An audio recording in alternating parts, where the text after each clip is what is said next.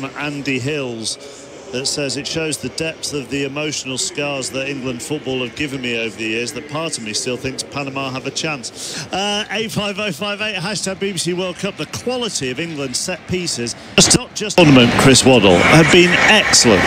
Yep, brilliant. I mean, that one was worked with Stones headed into the far post. That was brilliantly worked off the training ground. But it's not hard, Mark. Some of it where you just say a corner, put it in the box, put it in the right area. They've got lads who want to attack at Stones, Maguire. They're all great in the air. Kane can head it if you want, but they're a constant threat at any set piece within the what. Get that ball in the box, put it in there, because England always look a threat. And let's be honest, I know, listen, people will say you beat what's in front of you, and England have done well. I think they've managed the game really well. But I've got to say, Panama, wow.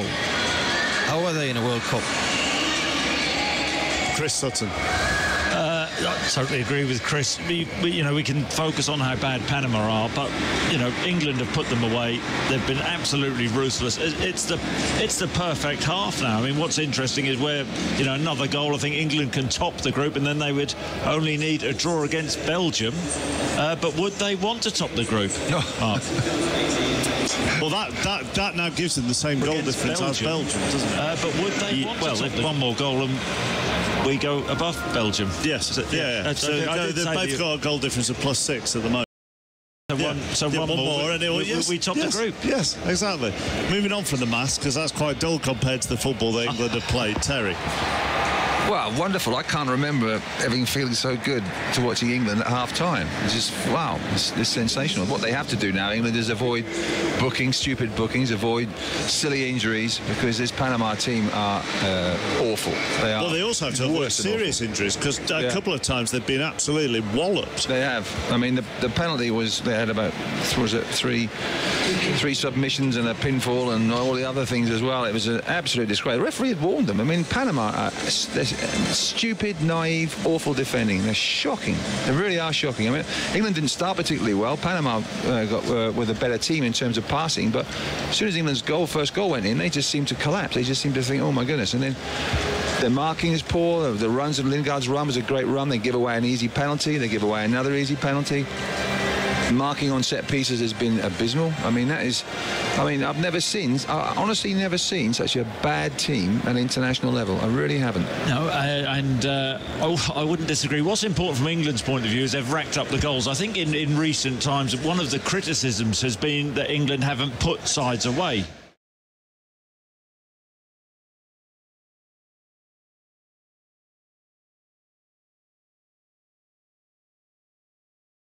And also, England played much better against Tunisia. I feel the football and the flowing free movement was better against Tunisia. Yet England didn't go 5 goals up, but they probably should have done with the chances that they created. So they haven't played as well today, but you have to give Tunisia a bit more respect than Panama, because they were better organised and better players. And they look like, apart from when they get kicked or wrestled or dragged, they look like they're enjoying themselves. Yeah, I mean, it doesn't get much better as a player, does it? I mean, in a World Cup, 5-0 up at half-time, it'll be interesting the way Gareth goes in this second half, in terms of will he make changes at half-time. This is done and dusted, this game. Who will he bring on? I suspect we'll see changes pretty early in the half. But you still want to maintain the momentum in terms of with this team, because this team is still learning. It hasn't played together. Loftus-Cheek is getting to grips with playing in a World Cup as well. So yeah, I think a bit more time. But perhaps, yeah, he would have a plan. He'd be talking to his coaches now, not like the Panama coach, not talking to his players or whatever. But he'll be talking to his coaches and saying, right, lad, what are we going to do here? Let's get this organised. Who are we going to bring on? Who are we going to take off? Because the game's won, and you have to say England have been utterly ruthless. Chances are coming on, which is a lovely, lovely thing to see. Ray says it's only Panama, yes, but we toil in these games far too often. It's just really nice to see us so efficient, regardless of the opposition. Steve, this could end up either as a cricket score or game abandoned, because there's not enough players on the pitch the way Panama are going. And Dom, goals this World Cup: Lionel Messi 0, John Stones 2. It's difficult normally. Even if you have an allegiance for England, normally in a World Cup like this, you would want to cheer on an underdog, wouldn't you? And the joy that they had in coming to the World Cup. Yeah. But you've got to be honest and say they are not very lovable, this Panama team. There's nothing really about them that you want to root for, do you, on the basis of that half? And we talked about them needing to be physical in the first half and not let England have it their own way, but they've gone over the top. And in terms of levels of stupidity, how stupid are they, really, from set pieces? It's absolute madness. And the referees warned them, not once, not twice. I actually think that it was good refereeing. He let them off. He gave them an opportunity. Don't do it again. And how many, every set piece, absolutely brainless from Panama. How many levels of stupidity are there on your stupidity scale? There are probably a dozen. Are there? Yeah. And with 12 being the stupidest? Oh, yeah, 12. Yeah, that was a stupid question, actually. Chris Sutton, Terry Butcher, Chris Waddle, John Murray, your England team this afternoon. At half-time, England 5, Panama 0. Here's the latest BBC News. On digital, online, smartphone and tablet, this is BBC 5 Live. BBC News, I'm Helen Place. The government has announced new measures to try to halve the number of obese children in England by 2030. Plans would include banning sugary and fatty snacks at checkouts and tighter restrictions on junk food ads on TV and online. Hugh Pym is our health editor. Supermarkets, from what I understand, are happy to go along with changes which do apply across the board. They don't want to do things and then others don't go along with it. So restrictions on selling confectionery at the tills and what you can promote at the end of aisles, the prime position in supermarkets, they will probably not resist. The Health Secretary Jeremy Hunt says it's completely inappropriate for Airbus to warn that it might have to move out of the UK if there's no deal on Brexit. BMW has also raised concerns about the potential nature of Britain's departure from the EU. The actor and anti-Brexit campaigner Sir Tony Robinson was at a march in London yesterday. A lot of people are bored with the antics that are going on in the House of Commons, and frankly, I don't blame them. But when it comes down to losing your jobs, I don't think the people who live near Airbus or these other companies who are threatening to move, I don't think they're going to be bored when suddenly they find they don't have a job.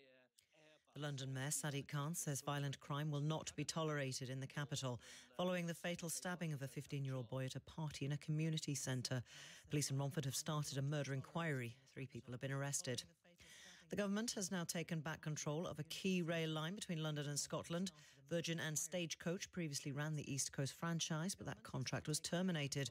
A new public-private partnership will be announced in 2020. An explosion at a block of flats in Germany has injured about 25 people, 5 of them seriously. The blast happened just before midnight in the western city of Wuppertal.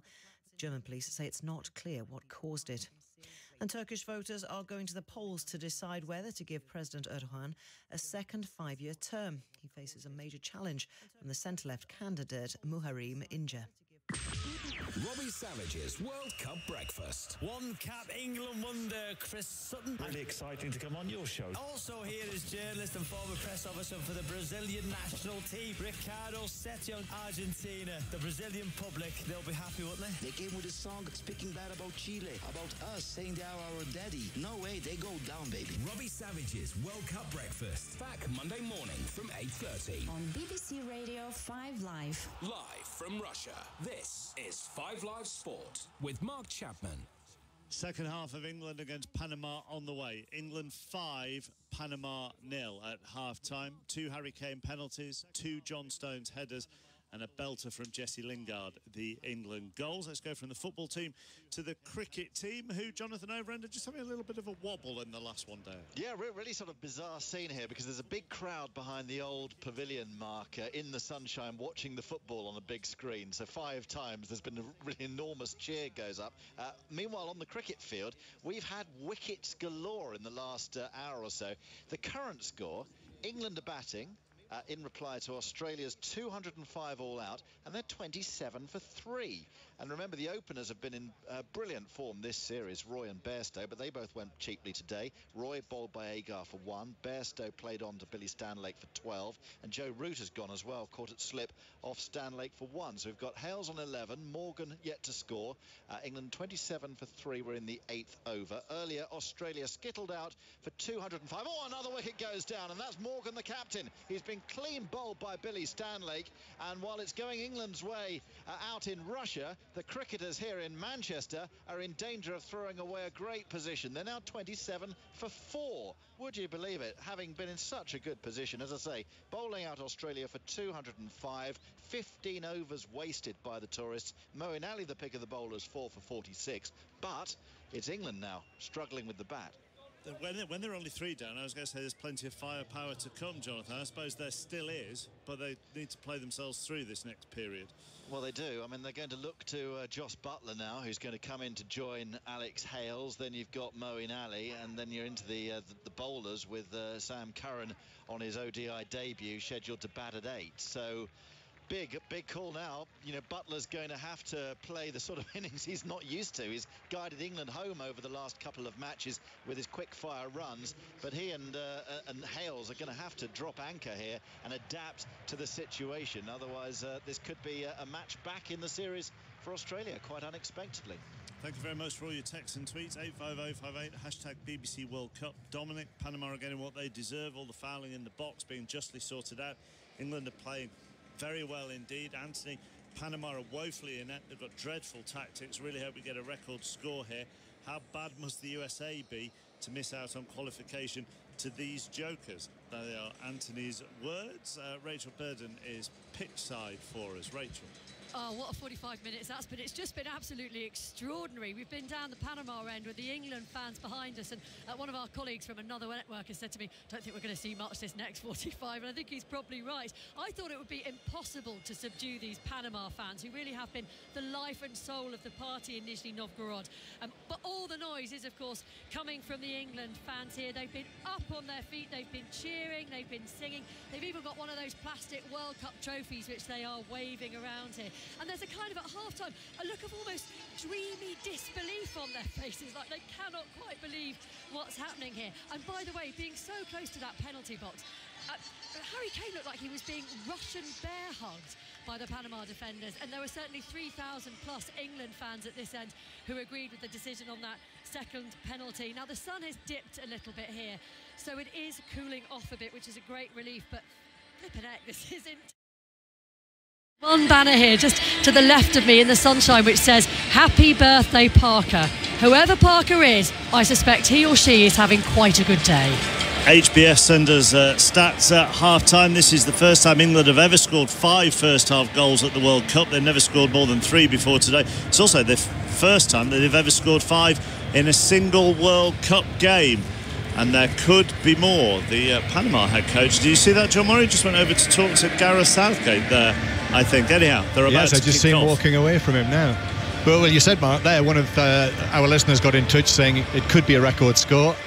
It is going to be a record score. Believe it or not, England's biggest win that they've ever had at a World Cup finals tournament as the second half gets underway here in Nizhny Novgorod is by 3 goals, 3-0 wins. They've had 3 of those, Poland 86, Paraguay in 86, and then in 2002 in the last 16 against Denmark. So it will be a record victory for England at a World Cup finals tournament that we're going to see here, barring a comeback from Panama that I think would be fanciful to suggest might happen. And it is also the first time that England have scored 3 goals in a match at a World Cup since 2002. So we are underway in the second half. No changes for either side, and we saw pictures from the tunnel on our screens here of the Panama players coming out, and there seemed to be a certain amount of disgruntlement, Chris Waddle, as they did so. Mutiny. Mutiny. There was, you could say they were all talking about what the coach must have said, whether they agreed or not. They were all saying their own thing. Half of them weren't listening, in the tunnel to each other. They looked very despondent, and it's up to England, yeah. All they need to do is get set pieces, more than anything. That's Chris Waddle with us on BBC Radio 5 Live at the World Cup here in Russia, and we are watching Jesse Lingard coming forward for England. I will run you through those teams. England making just the one change, with Ruben Loftus-Cheek taking the place of Dele Alli. But England in possession with Kyle Walker. Walker, I did wonder whether he might come out because he's on a yellow card. But the ball is played through now for Harry Kane, left side of the penalty area, who's got away from Torres but is forced wide, and Kane then plays it back towards Ashley Young. England playing from left to right as we look from up here high on the dressing room side. It ball slipped into Sterling. Sterling angles it across towards Loftus-Cheek, but the defender Davis was able to come in and just get there ahead of Loftus-Cheek. So England start again from near the halfway line. Pickford's in goal. Walker, Stones and Maguire are the central defenders. Trippier and Young are the wing-backs. Henderson, Lingard and Loftus-Cheek in midfield, with Sterling behind Harry Kane. And the Panama team with Pinedo in goal, Murillo, Roman Torres, Escobar and Davis, the back four. Gomez in the centre of midfield with Cooper and Godoy either side of him. Barcenas on the right, Rodriguez on the left, and Perez up front. And Panama in the all-red kit with the white numbers and the white trim are in possession inside their own half. England, first choice kits for this one, white shirts, blue shorts and white socks. And Rodriguez loses possession, so Loftus-Cheek turns it back infield towards Trippier. In fact, Henderson gets there first with a pass to Kane, who flips it over the top for Sterling, but the header's won by Escobar on the edge of the penalty area, and Panama will look to pass the ball away from the back again. A number of the substitutes are warming up down there, but they are Panama substitutes. No immediate sign of a change for England. Perez pulls the ball down on the halfway line and plays it centrally to Godoy.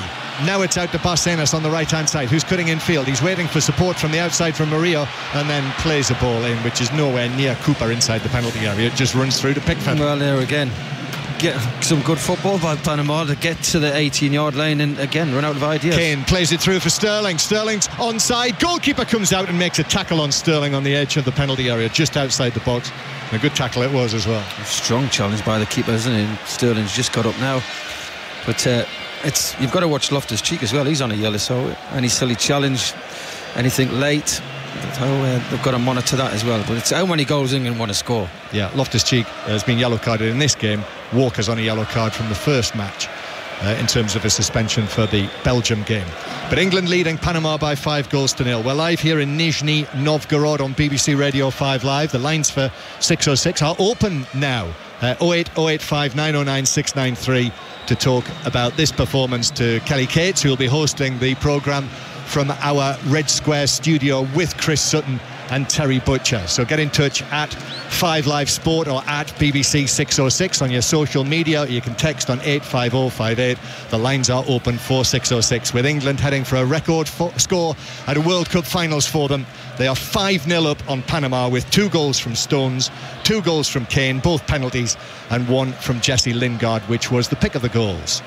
And England defending at the moment with Lingard. The ball bounces away from him though. Perez tries to play it through the England back line. There's a little bit of hesitation between Walker and Trippier, but Walker runs away with the ball into the full-back position. And as he pulls it back, the challenge came in and he pulled it back behind the dead ball line. So Panama have their first corner. Yeah, he could have played it away. Kel Walker tried a little drag back there, a little turn, and it's just run out of play. And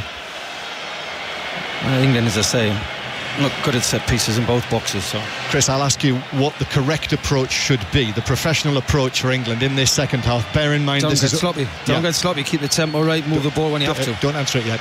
Corner from the left-hand side for Panama. It's flicked on at the near post, but it's headed away at the back post for England by Walker, and England will break away on the counter-attack as Henderson is challenged by from both sides by a combination of Davis and Rodriguez, and now here is Rodriguez on the left, but he can't keep the ball in, and it's a throw-in for England deep inside their own half. Point being, looking further ahead. Obviously England want to progress in this tournament. Do you just keep it steady performance in the second half, just play the game out? Don't get risk, don't take liberties, don't get injuries, just keep the ball moving, do what you did first half, really, you know. And if you get set pieces, put it in there. They're easy goals, the gifts. So just keep the ball moving, don't get sloppy, don't concede, and you know, don't let people say, well, what happened to them second half? See the game through, manage it. 5 Live Sport, England leading Panama by 5-0. The cricket is over on 5 Live Sports Extra, with England now attempting to overhaul the Australian total. I think it was 206 England needed to win from the 50 overs. You can hear the commentary over on 5 Live Sports Extra, and a little later on the French Grand Prix, which will be on the BBC Sport website from around about 3:10 UK time. It's been a very full weekend of sport on 5 Live. Over 40 hours of live sport we're bringing you over the course of this weekend alone. And we have Japan-Senegal to come next from 4 o'clock. That'll be from the BBC studio with Ian Brown and Leon Osman. And then live from the stadium in Kazan tonight from 7 o'clock, Poland against Colombia with Dion Dublin and Conor McNamara. But England leading Panama by 5-0, and the ball in the central third of the field. No further goals yet in the second half. Trippier on the overlap with Loftus-Cheek in possession. He's been stationed mainly over on the right-hand side, Ruben Loftus-Cheek. Lingard has had a freer role. Lingard in the orange boots, playing the ball back towards the halfway line to Stones. And now Jordan Henderson finds Trippier on the right-hand side. We have 2 England players on a hat-trick. Harry Kane and John Stones. And there have only ever been 2 England hat-tricks scored at a World Cup finals. You'll probably know one of them, you might know both of them. Jeff Hurst in the final in 1966 and Gary Lineker when Chris was playing in 86. So there's a chance for history for them too. Here's Loftus-Cheek into the penalty area, but Fidel Escobar puts in the challenge, and it's behind for a corner to England from the right. So danger, Panama. Set piece, see if they're going to hold them again. The referee's warned them. If they wrestle Harry Kane again here and concede another penalty, surely they won't. It looks like he's going to do it anyway. Look, he's doing it again. It's Godoy again. Yeah, Godoy, who conceded the last penalty on Kane. And the referee actually walks across and says to Godoy, look, I've already given 1 penalty against you for wrestling down Harry Kane. Don't do it, or I'll give a penalty. He's doing it. He's standing right next to him with his arms out wide. And Kane is standing in front of him. And now Godoy, as the ball's played in from the corner, and it's cleared away by Panama just outside of their own penalty area. He did slightly change his approach, Godoy, there. Slightly. Yeah, he only had one on this time. But listen, if the referee keeps giving them, and that's the rules, give them. It's the only way you learn. Yep, totally agree. Walker playing the ball to Young and then back to Stones. And I mentioned Walker. There was a bit of walking football there from England, and I think that might be the order of the day in the second half for large parts, with the win, the points, the qualification for the last 16 already secure for Gareth Southgate's team. And as we've mentioned, the issue of goal difference obviously comes into this now, with Belgium having a goal difference coming into this match of +6. England now also have a goal difference of +6. Ball played for Trippier down the right, but he won't reach that, and it bounces through into the advertising hoardings. It's hard for England to get the tempo back up, and simply because it's too easy for them. It's so easy at the minute. They can do what they want with the ball, and it's become a little bit slow. And so Pinedo has this goal kick from down to our right, deep into the England half, where it's headed forward by Kyle Walker. Bounces back though, and will be taken on through the middle by Cooper. Cooper now back to the right-hand side, where Godoy thought about the ball into the penalty area, instead turns and gives it out to the right-hand side to Murillo, who plays in America, as a number of these Panama players do. Murillo plays for New York Red Bulls in the MLS. Here they come, Panama again with a deep cross. Trippier gets his head to it at the back post, and then a follow-up header from the England right wing back to nod it out of play for a throw-in that Davis, the number 15, arrives to take, level with the edge of the England penalty area. It's 5 Live, England leading Panama by 5-0. Throw-in taken short by Davis, and then Rodriguez is all over the back of Trippier, and it's a free kick to England in their right back position. Well, pace of the game's completely gone, hasn't it? It's a warm day, and England have won the game quite comfortably in the first half, so it's just a matter of playing it out. Don't get injuries, no silly bookings. If you get your chance, obviously take it, but if you're out and about back home on this Sunday afternoon, which may well be sunny where you are, can't be hotter than it is here in Nizhny Novgorod, but the match is on BBC One when you get back in, and you can continue to listen to the 5 Live commentary if you press the red button on your remote control. Ball played forward for Sterling to chase, He's up against Escobar, but a little tug by Sterling, or was that the offside? Just a bit of a tug, I think, wasn't it? He's quick, Escobar, though. He ran Sterling there. Well, he's the quicker one of the two. Of the central defenders, the Panama reporters that I was speaking to yesterday pointed to Escobar and Torres, who are the two central defenders. As I've said, Roman Torres is extremely well built, and they said to me, Escobar, he's quick.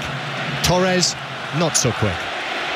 England bringing the ball back with Loftus-Cheek just inside the Panama half. Loftus-Cheek just drifts away from Godoy. Now Harry Kane centrally plays it out to the right-hand side. Trippier come back from an offside position. That was a little careless, and Trippier rolls the ball away with his foot. You do not want to pick up a cheap yellow card for that in these circumstances. Free kick that Panama will take through Fidel Escobar. Be a great disappointment, this. Obviously it means that Panama will be out, as are Tunisia already, with a scoreline like this, with Belgium and England taking maximum points from their first two matches. But the final match in the group between Panama and Tunisia, you know, that will be a cause of great pride for these two sides that we've seen already at this World Cup. Tunisia having not played at the World Cup for some while. Panama are involved in their very first World Cup, and I'm sure the target there will be to get the win, score some goals, but they will be heading home after the knockout stage, whereas England will be heading through to the last 16, depending on what happens in that game against Belgium in Kaliningrad, which is on Thursday, by the way, 7 o'clock UK time, back to an evening kick-off for England on Thursday night. You will be able to hear it here with us on BBC Radio 5 Live from way out to the west of Russia, the most westerly venue. England in possession inside the Panama half with Maguire. Little ball forward towards Sterling. The challenge comes in from Murillo, and then Sterling concedes a free kick. Gareth Southgate's shown faith with Raheem Sterling, and although he has been involved in some of the goals, I would say his overall play, it hasn't really happened for him. No, I'm saying that as well. Yes, he's had a little bit of moments to link up with Lingard for Lingard's great goal, but the odd bit, I mean, we're talking a little bit here, and yeah, it hasn't happened again for him to me. And now it's the easiest thing in the world, really, in these circumstances, for Gareth Southgate to say to him, right, I am going to make changes for the match against Belgium, and you would expect that Rashford for Sterling would be one of them.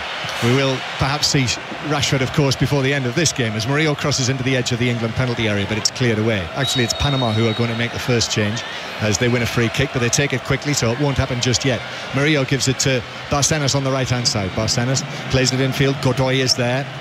Godoy then back to Gabriel Gomez, who swings a pass to the left-hand side, where Davis eventually gets the ball under control. The youngster, Rodriguez, came into this World Cup as a teenager, but he's just turned 20. Jose Luis Rodriguez now plays it back towards the centre circle. Chipped by Escobar out to Murillo on the right-hand side. England are just allowing Panama to have possession inside their half. Now eventually they move it further forward towards the edge of the box. Godoy with a touch. Godoy and Perez run into one another, but Perez plays it out to the right-hand side to Murillo. Here's the cross, but it's into the backside of Henderson, who'd come across, and Panama have to go all the way back into their own half. They are still waiting to bring on Ricardo Avila, but England have won the ball back, and England now have options as it's played out to the right-hand side to Loftus-Cheek. Rather laboured step over from Loftus-Cheek, and John Stones, who brought the ball out, just prods it back into his own half. Looks like, according to Rachel Burden, who's down behind the goal in front of many of the England supporters in the stand, it looks like Delph and Vardy might be getting their opportunity to come onto the pitch. And actually, just as I say that, I see them both emerge from underneath the roof of the England dugout. So this will be a first appearance at the World Cup for both Jamie Vardy and Fabian Delph. England 5, Panama 0 is the score. The scorers, John Stones with 2, Harry Kane with 2 penalties, which means he's the joint leading scorer at this World Cup now with Ronaldo and Lukaku, and Lingard with the pick of the goals. Here is Loftus-Cheek. He's on his left foot. He shoots. Oh, it's deflected in! And Lingard with the pick of the goals. Harry Kane. Here is Loftus-Cheek. He's on his left foot. He shoots. Oh, it's deflected in! And Lingard with the pick of the goals. Into the back of the Panama. He's on his left foot. He shoots. Oh, it's deflected in! The question is, Harry Kane into the back of the Panama.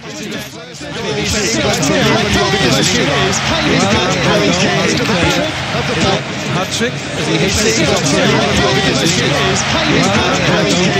Checking it. He's offside. We've got the signal. They are checking for offside in the build-up to the goal.